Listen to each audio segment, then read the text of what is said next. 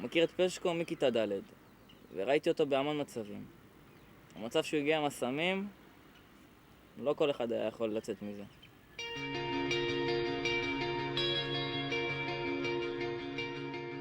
נתחיל בזה שבסילבסטר לפני שנה השתגעתי וחשבתי לאן אני יוצא. בסוף החלטתי לארגן מסיבה.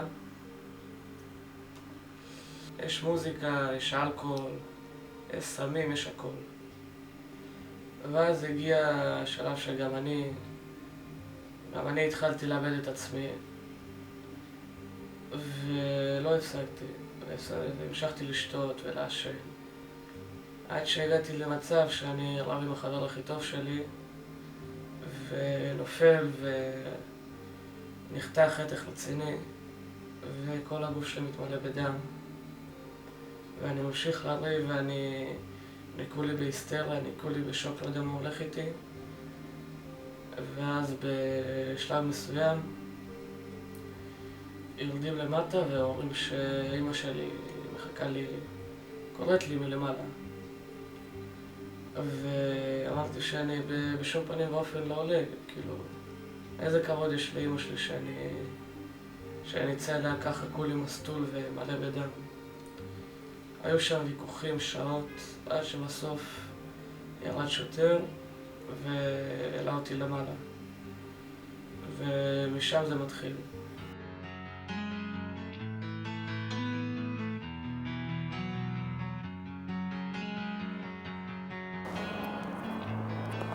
התחלתי להשתמש משהו כמו לפני 4-5 שנים שהכרתי איזה בן אדם,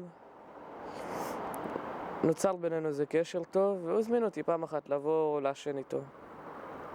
אחר כך הייתה תקופה, לא הייתי קרוב לזה, לא הייתי חשוף לזה ולאט לאט עם הזמן התחלתי להכיר אנשים שמתעסקים בזה ואנשים שלא מאחל לאף אחד להכיר אותם, שאני מצטער עד היום שהכרתי אותם ובהתחלה הכל היה נראה יפה, כל דבש. היו מזמינים אותי, היו תמיד נותנים לי לעשן על חשבונם, על חשבון אחרים ובאיזשהו שלב צריך להתחיל לשלם, צריך להתחיל לבד כבר והתחלתי לפתח עצמאות והתחלתי לשלם לבד ופשוט בדקות ספורות המשכורת שלי הייתה הופכת לסמים. הגעתי למצב שאני יושב לבד בבית ומעשן ומזמין אנשים על חשבוני וככה פשוט נכנסתי למעגל של הסמים.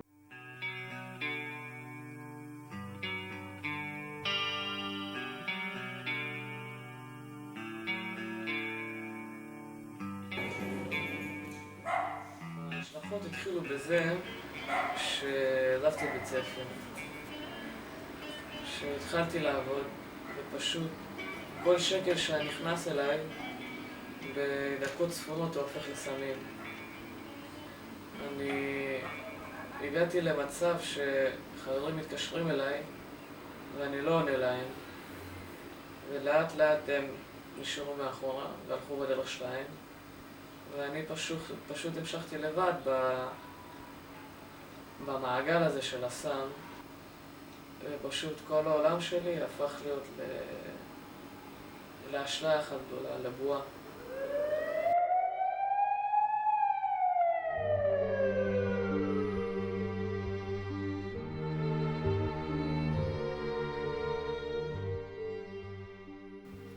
אני מגיע לתחנת משטרה, אני מתיישב שם שעות על גבי שעות ישבתי שם, מלא בדם, כל המסביב שלי דם, ליד היד שלי שלולית של דם ואני רואה את ההורים שלי, אני רואה את אמא שלי בוכה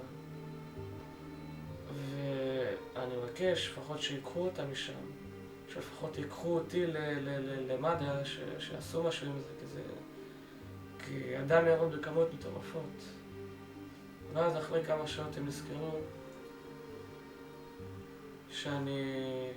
שאני כולי נוטף דם ולקחו אותי למד"א והיה שם איזה תקרית עם שוטר שדיברתי אליו לא הכי יפה. ופשוט בגלל זה כל הדרך חזרה לתחנה, פירק אותי מכות. פשוט בלי להתחשב לשנייה אפילו. אני חזרתי לעצמי באיזשהו שלב באותו לילה, ונכנסתי למעצר של 48 שעות. ואני יושב שם ולא מבין איך הגעתי לפה, כאילו...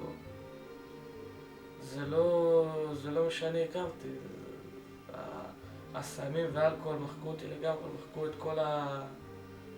מחקו את כל העקרונות שלי, את כל הערכים שלי, את כל האני הפנימי שלי. ההורים שלו שואלים אותי יותר מדי פעמים אם אני מעשן סמים, תמיד הייתי משקר ואומר לא. תמיד הייתי מסתכל להם בעיניים ומשקר. עד שבסוף, בנסיבות כאלה לא הכי נעימות, הם גילו שאני כן משתמש בסמים וכן שותה אלכוהול. וזה הדבר שהכי פחדתי ממנו. לא פחדתי להסתבך במשטרה, לא פחדתי שום דבר. פחדתי שההורים שלי יגלו את זה. ופשוט הכל נפל במכה שאי אפשר לתאר את זה. הכל נפל עליי פשוט מכל כיוון אפשרי. ומהמכה הזאת לא ידעתי איך לקום. נפלתי הכי חזק שאפשר. לא לי מושג איך אני כאן מזה.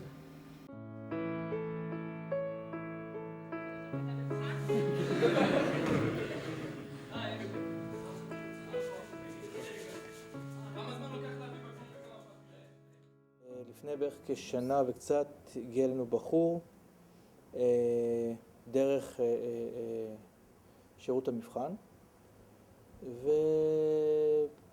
וביקש להיכנס לקבוצה.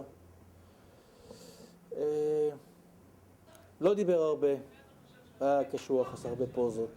אחד השיאים היו שבאמת הוא נעמד מול כולנו וסיפר את הסיפור האישי שלו, שדי גם סחט דמעות. ואני חושב שהתהליך שפשקו עבר ועדיין עובר, כלומר זה לא נגמר, הוא תהליך מאוד חיובי ברמה של להבין איפה הוא עומד בחברה ואיפה הוא עומד מול הממסד ומול המשפחה ומול החברים. אני מאוד מאוד מאוד מאוד מאוד אוהב אותו, ואני חושב שרק דברים טובים יקרו לו, באמת. פשקו יצא מזה, ויצא כמו גדול. ומשם הוא התחיל רק לעלות ולעלות.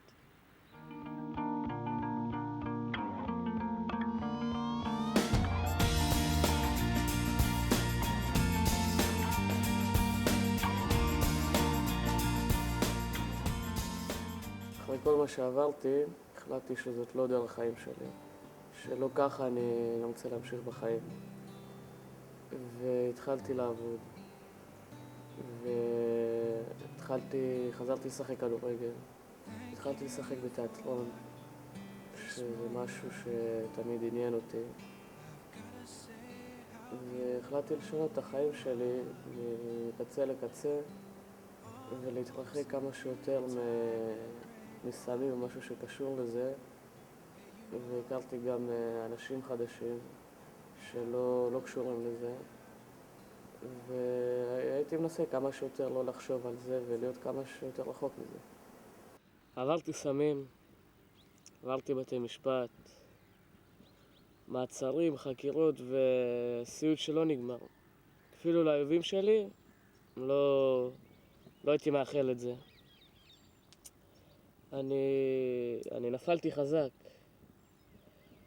והצלחתי לקום בסופו של דבר. אבל אני לא כל כך בטוח שאנשים אחרים היו מצליחים לקום.